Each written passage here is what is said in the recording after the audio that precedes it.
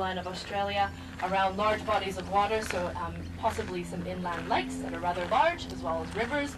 We do have a pair that circle around here, which have a home on the Brisbane River. So that goose-like honk can travel quite a far ways over that water, and they can hear each other, obviously from far distances. So they primarily will hunt for fish. So have a look at Iluka's feet. They're very well designed for catching fish, or even sea snakes. They'll even go for sea turtles, drop them from a high distance, crack open the shell, and then they can eat that quite easily. But they're very well designed for catching that prey that's a bit slippery, and that's found within the water. They don't fully submerge like a lot of birds when they catch their food in the water. They only plunge those feet into the surface of that water. So she does have very scaly feet. She also only has feathering that ends halfway down those legs, so she's not a booted eagle. That's excellent for preventing any waterlogging from happening, because she does look rather large, but she's actually only 3.4 kilos. So she is a bird. She does have to be light.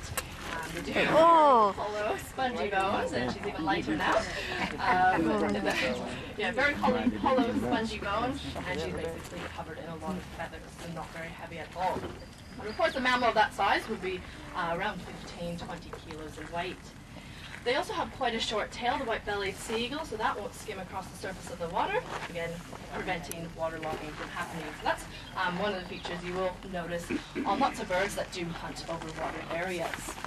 And just for you guys who are joining, it's just really important that you do remain seated throughout the show. I mentioned before, all these birds have very strong feet, and on those feet they have very sharp talons, and a few of our birds are going to be flying quite close by to you, and we want to avoid any collisions from happening. And don't worry if you didn't get a good photo of Iluka here. She will be out at the end of the show, just down at the perches. She's known as an imprinted eagle. She fell out of a nest as a chick, and she was hand-raised by humans, and she basically thinks she's a person herself. So at the end, she actually comes stand up right beside her, and she has no fear of people she doesn't know. Just one thing we ask is no touching her. She doesn't really appreciate being touched, even by us. But she is an example of a diurnal species of raptor we do find in Australia.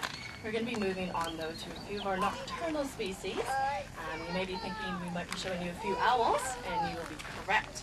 And Australia is home to 9 different species of owl.